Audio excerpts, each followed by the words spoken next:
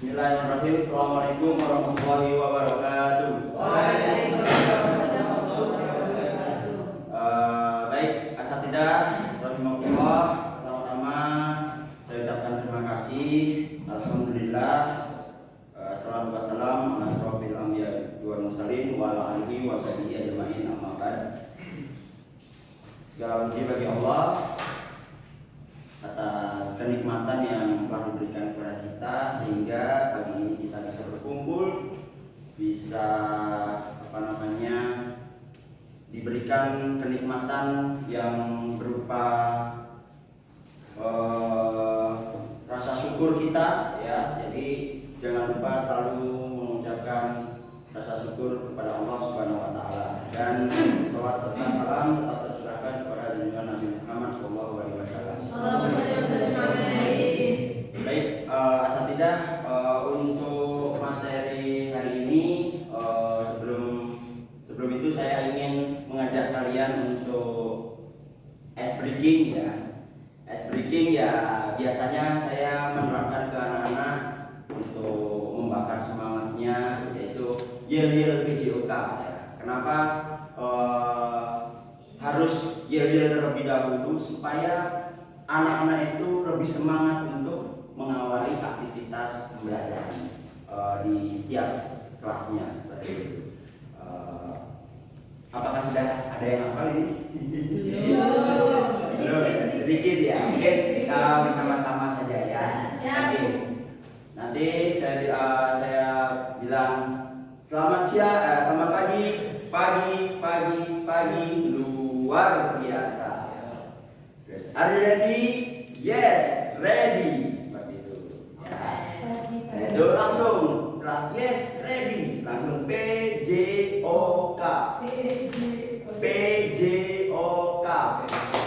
Sehat, kuat, semangat. Ya. Jadi langsung kita bernyanyi. Mana matamu? Ini mataku, mata kiri mataku, mata kanan mataku, mata. Langsung saya bilang, bukalah matamu, pasang telingamu, lihatlah ke depan, bernyanyi bersama, kanan bersuara, kiri bersuara, ayolah semua kita olahraga.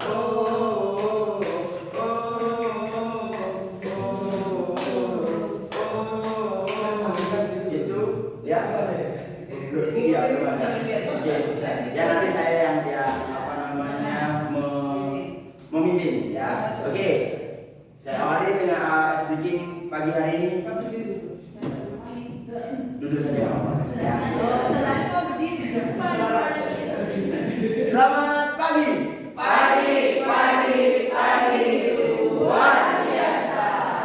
Are you ready? Yes, ready. PJOK. Sehat, kuat, semangat. Mana matamu? Ini mataku, mata kiri mataku, mata kanan mataku, mata. Bukalah matamu, pasang telingamu,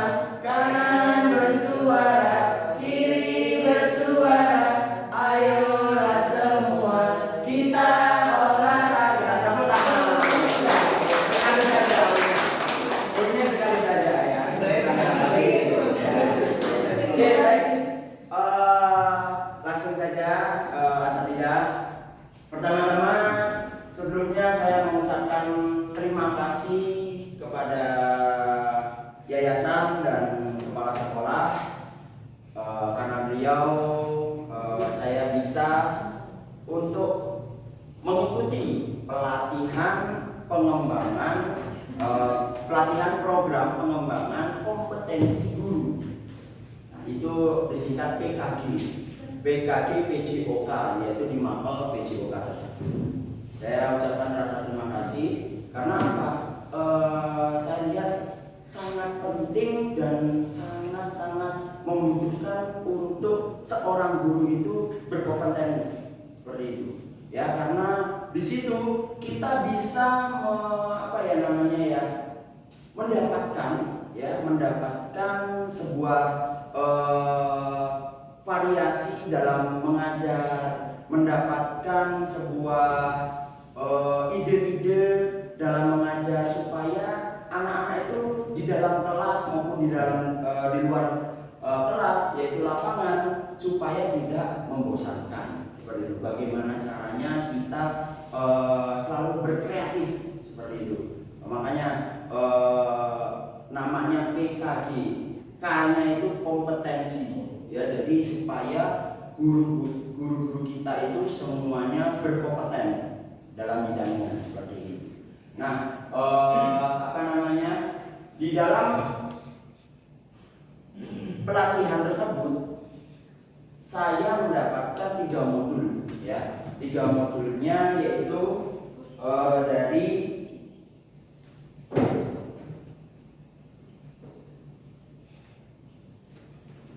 ini yaitu refleksi, ya. Ini refleksi. Di modul pertama saya diberikan pembelajaran modul paradigma perubahan diri dan kelas dalam PJOK. Refleksi. Yang pertama refleksi untuk perubahan paradigma diri guru PJOK. Nah, ini dari modul 1 sampai 1.1 sampai 1.6 itu sangat-sangat banyak yang diberikan dalam pelatihan tersebut. Setelah itu modul 2 yaitu keterampilan pedagogi guru PJOK yang berpusat pada peserta didik. Nah, ini keterampilan ini mengajar pendidikan jasmani PJOK ini yang efektif itu bagaimana, seperti itu. Dan di situ pun kita setiap anak-anak melangkah dalam berlari itu kita dihitung, kita disuruh menghitung seperti itu. Nah, langsung yang ketiga, yang ini yang terakhir yaitu keterampilan menggerakkan rekan sejawat. Jadi ini menjelaskan tentang komunitas belajar seperti itu, teman-teman. Jadi yang saya bahas itu di modul 2, yang dimana modul 2 ini sangat berperan untuk kita, ya, sangat berperan untuk kita untuk memberikan ke anak-anak supaya ada kegiatan yang sangat berbeda, yaitu rencana tindak lanjut, ya. Saya masuk di kelas 14, ada 20 kelas, ada 20 kelas, satu kelasnya itu terdiri dari 15 peserta. Jadi sejatim itu dikumpulkan, ditaruh di mana?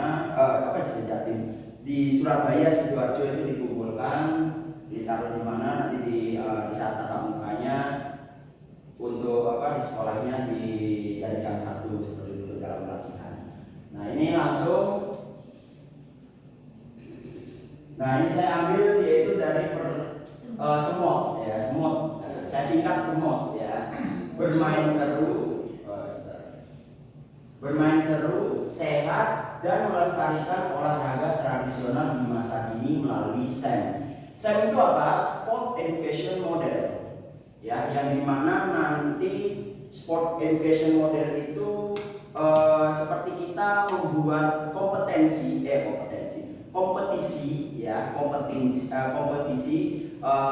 di kelas-kelas seperti kita yang kemarin itu di 17 Agustus, ya, itu anak-anak saling beradu atau ketemu, anggap aja lomba dalam setiap kelasnya. Makanya ini saya membuat yaitu di melalui SEM ini, Sport Education Model ini mungkin bisa melestarikan olahraga tradisionalnya. Jadi tidak hanya seperti apa ya, zaman-zaman sekarang ya pastinya game, kalau ada apa namanya itu, kalau ada kompetisi di sosmed-sosmed pasti Mobile Legends seperti itu. Tapi sangat jarang yaitu melestarikan olahraga tradisionalnya. Ya banyak olahraga tradisional itu apa saja seperti itu. Nah ini untuk latar belakang ya, permainan tradisional Indonesia kaya akan nilai-nilai luhur dan manfaat bagi tumbuh kembang anak. Namun seiring perkembangan zaman, permainan tradisional semakin jarang dimainkan oleh anak-anak. Program ini bertujuan untuk menghidupkan kembali permainan tradisional dan mengadaptasinya menjadi aktivitas olahraga yang menyenangkan dan bermanfaat bagi siswa. Kemarin saya berikan ke anak-anak yaitu permainan gobak sodor. Ya. Ada lagi selain gobak sodor itu ya apa namanya tak umpet, terus benteng-bentengan seperti itu ya.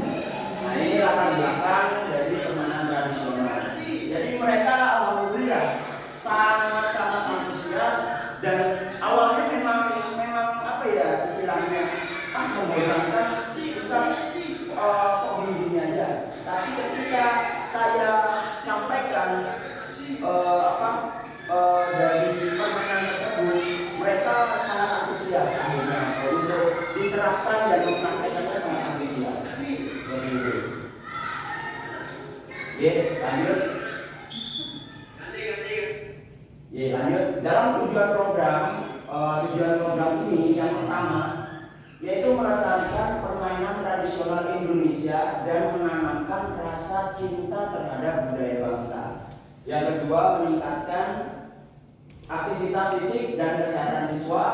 Tiga, mengembangkan keterampilan sosial seperti kerjasama, komunikasi, dan sportivitas. Dan yang terakhir yaitu memperkuat rasa kebersamaan dan kekompakan antar siswa. Jadi di dalam program yang seandainya nanti dibuat ya, seandainya nanti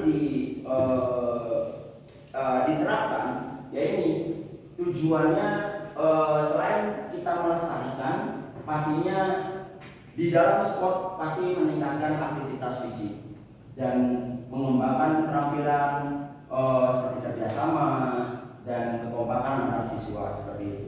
Jadi tidak hanya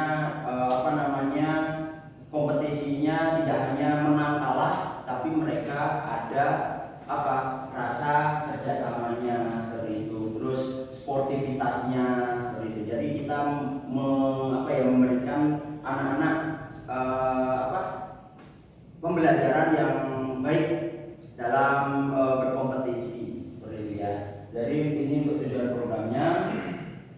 Lanjut di capaian langkah-langkah dan hasil yang diharapkan. Yang pertama yaitu dalam capaiannya siswa mengenal minimal 5 permainan tradisional. Nanti pastinya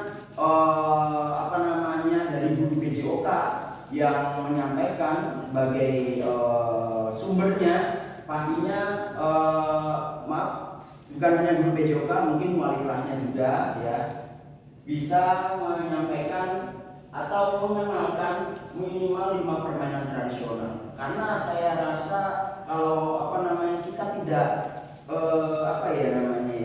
sampaikan atau mengenalkan, rasanya kurang kalau di zaman anak-anak yang di Gen Z ini ya.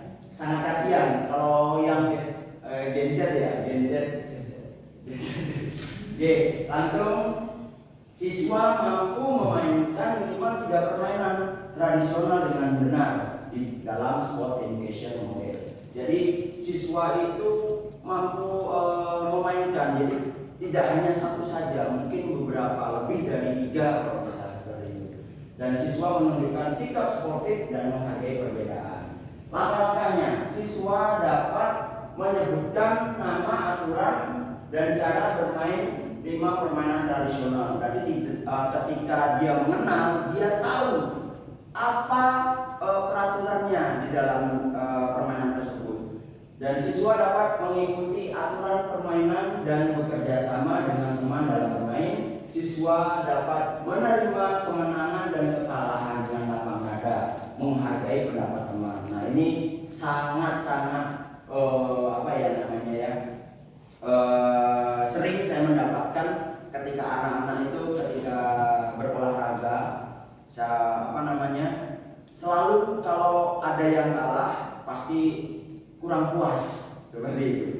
Ujung-ujungnya nanti apa? Ke kelas dilanjutkan, di kelas langsung dilanjutkan seperti itu. Betul atau tidak? Oke. Jadi makanya selain itu saya sudah menyampaikan di lapangan, menang kalah itu biasa seperti itu. Dan menang jangan merasa paling bisa seperti itu. Tapi sesudah saya menyampaikan, saya dengar sudah berapa langkah dilanjutkan. Nggak tahu nanti sampai di kelas dilanjutkan atau tidak. Ya, saya rasa dalam langkah-langkah ini ya semoga anak-anak kedepannya bisa menerima ya dan lapang dada menghargai pendapat teman. Jadi dan yang terakhir yaitu hasil yang diharapkan, mengadakan lomba presentasi tentang permainan tradisional, membuat poster atau video yang menjelaskan permainan tradisional, mengadakan kegiatan pelatihan permainan tradisional, membuat turnamen mini permainan tradisional, dan mengadakan diskusi tentang nilai-nilai yang terkandung dalam permainan tradisional, memberikan penghargaan kepada siswa yang menunjukkan sikap sportif. Jadi dalam hasil yang diharapkan ini, nah seandainya di sekolah kita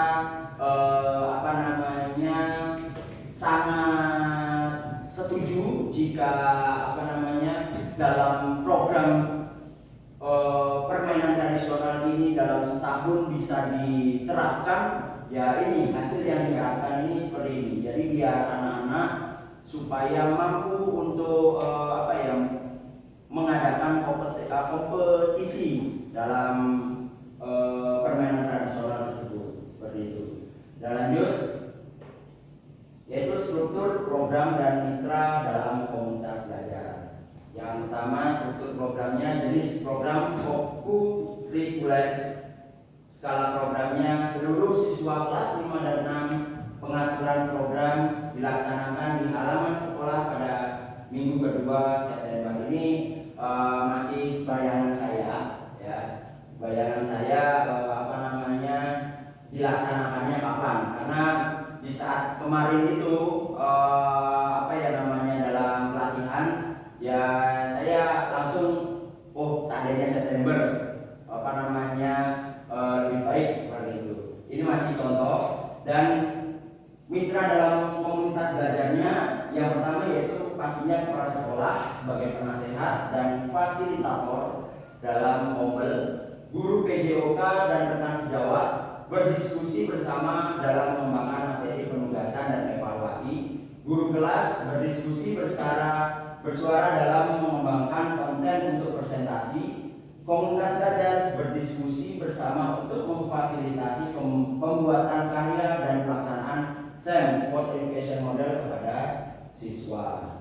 Nah, jadi di dalam mitra dalam komunitas belajar ini yang berperan kepala sekolah, guru PJOK, guru kelas dan komunitas belajar. Jadi semua menjadi satu akan semakin sinkron nantinya. Oke, dan yang selanjutnya yaitu kapasitas yang dimiliki kelas atau sekolah, ABT, asset based thinking ya. Ada 7 ya, ada 7. Yang pertama pasti manusia ya. Manusianya itu apa? Pastinya kepala sekolah, guru dan siswa seperti itu. Dan yang kedua fisik. Alat fisik itu di halaman sekolah serta alat pendukung lainnya seperti egrang, bakia dan lain-lain. Dan yang ketiga lingkungan, berada di pedesaan ya. Di tempat kita di pedesaan ya. Pasar sehingga mudah mencari bahan untuk peralatan permainan tradisional. 4. Adanya aturan di sekolah yang berdampak positif kepada seluruh siswa. 5. Finansialnya dari mana rancangan anggaran tahunan sekolah seperti itu. Dan yang keenam itu dari dalam politiknya apa? Kebijakan yayasan, kepala sekolah dan komite. Dan yang ketujuh yaitu agama dan kebudayaan, yaitu jenis permainan tradisional daerah. Nah, ini dalam aset speaking ini sangat diperlukan ya, tujuh aset tersebut. Kalau tujuh aset itu tidak bergerak atau tidak sejalan, ya mungkin contohnya dalam fasilitas, ya fasilitas ada yang kurang, pastinya tidak akan berjalan dengan maksimal seperti itu. Lanjut, rencana evaluasi, yaitu dalam observasi mengamati antusiasme dan keterlibatan siswa dalam kegiatan. Nah, di dalam rubrik penilaian pastinya oleh guru PJOK dan guru kelas, ya bagaimana rubrik penilaian di dalam permainan tradisional itu dari untuk anak-anak, dan refleksi siswa yaitu penilaian oleh siswa. Ya, jadi anak-anak pun tidak hanya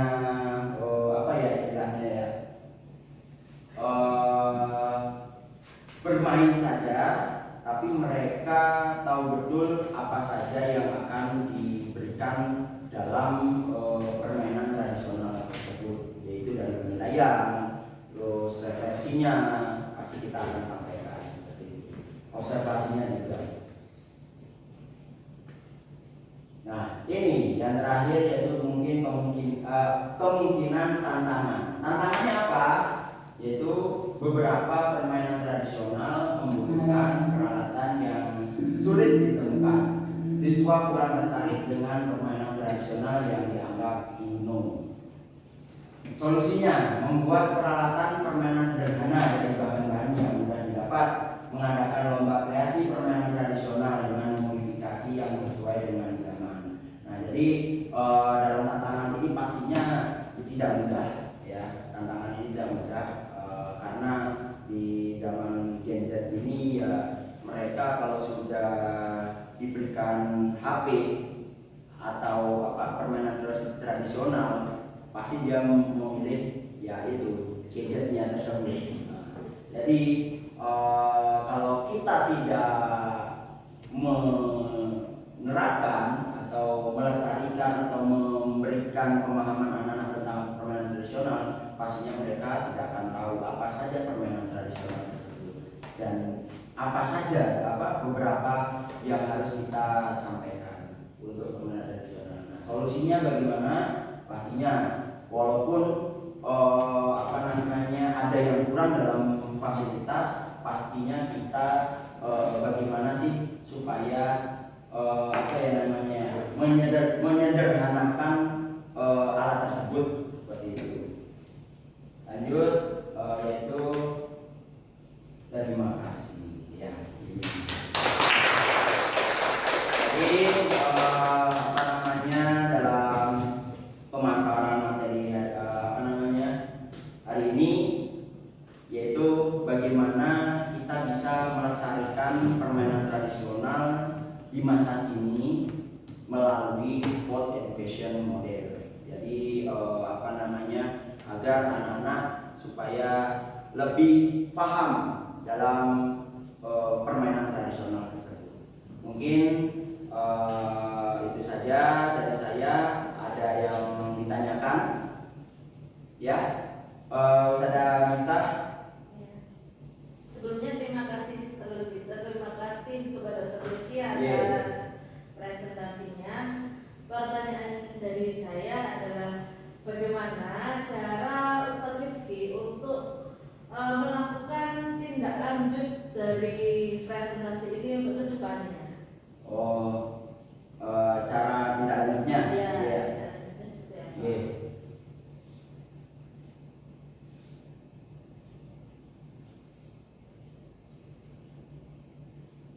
Tindak lanjutnya itu di bagian sini saja.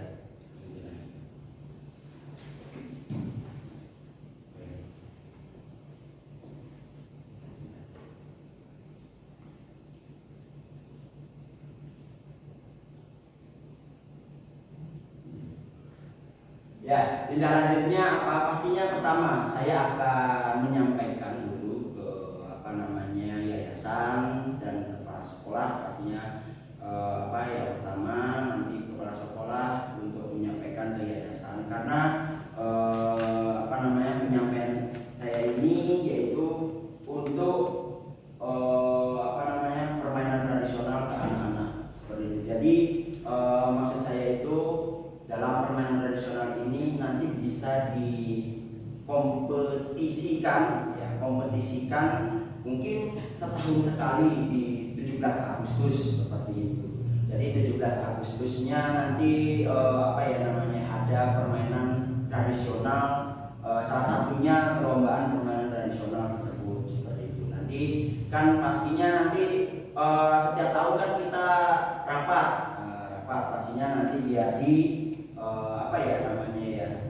dianggarkan apa saja peralatan yang dibutuhkan seperti itu. Nah, itu mungkin itu saja ya Ustaz. Ada yang lain lagi? Sami-sami. Apa Ustaz? Menarik sekali ya yang sudah disampaikan, mencoba untuk menghidupkan kembali permainan tradisional di generasi saat ini. Pertanyaan saya, tadi keseluruhan materi yang telah Ustaz disampaikan, apa kesimpulannya? Kesimpulannya yaitu kita bisa melestarikan ya, sebentar ini saja biar ada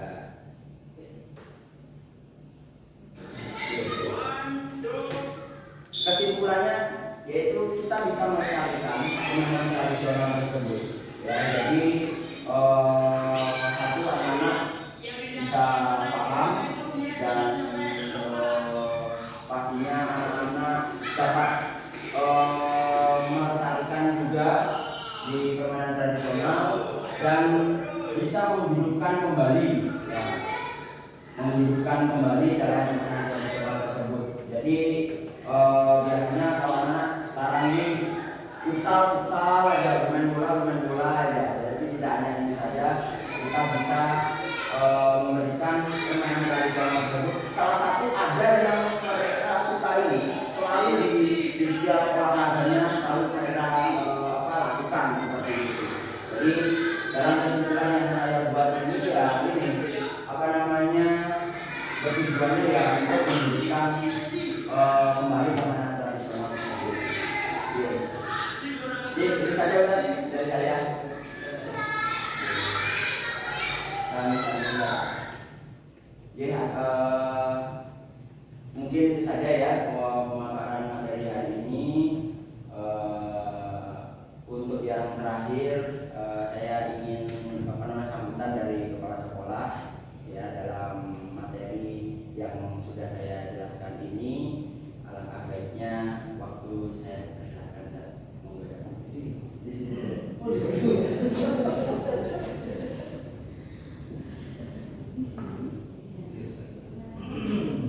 Ini ya. Iya, siap. Bismillah. Assalamualaikum warahmatullahi wabarakatuh. Waalaikumsalam warahmatullahi wabarakatuh. Alhamdulillah wassalatu wassalamu ala Rasulillah. Amma ba'du.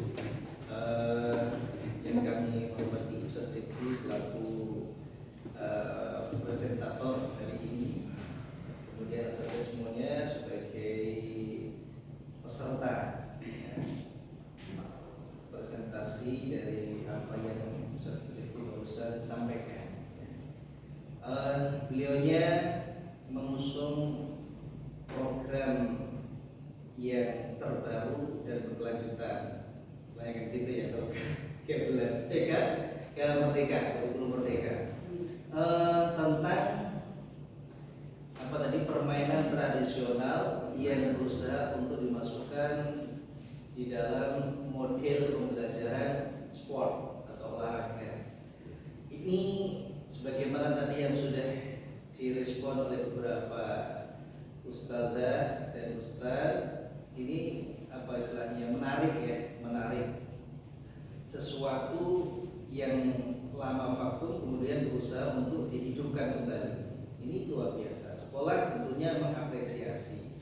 Nah, kemudian juga berusaha untuk bisa istilahnya membantu mewujudkan apa yang menjadi program Ustadz Rifki.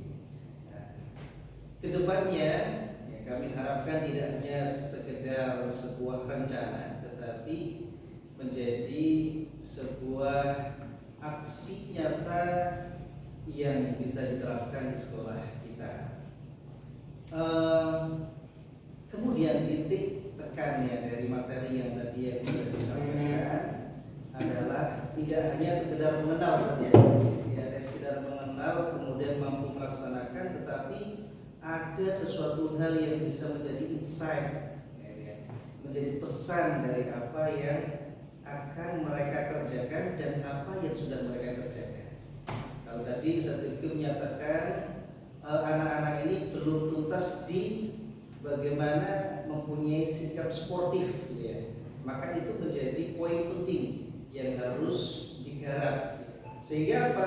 Anak-anak ya tidak hanya mengenal dan mampu melaksanakan permainan tradisional, tetapi mereka juga bisa mengambil nilai-nilai positif dari apa yang mereka kerjakan. Sekali lagi, sekolah sangat memberikan apresiasi kepada Ustadz Rifki. Ini sebenarnya tujuan Kurspot diikutkan pelatihan. Feeling kami anak-anak itu kalau di kelas sumpek ya, siang hari hafalan dan sebagainya. Harapannya nanti keluar kelas ketika sport mereka dapat refreshing, menemukan sesuatu yang baru ya, dan menarik. Ya. Insyaallah itu Ustadz Rifki. Aplaus untuk Ustadz Rifki. Wassalamualaikum warahmatullahi wabarakatuh. Waalaikumsalam warahmatullahi wabarakatuh. Terima kasih banyak Ustadz Rozi atas waktunya. Semoga kedepannya untuk sekolah kita tercinta menjadi lebih baik. Amin. Dan memberikan prestasi-prestasi yang baik untuk anak-anak. Amin. Oke, insya Allah itu saja dari saya. Sekurang-kurangnya saya mohon maaf jika ada penyampaian saya kurang dan belum difahami. Akhir kalam, wassalamualaikum warahmatullahi wabarakatuh. Waalaikumsalam warahmatullahi wabarakatuh.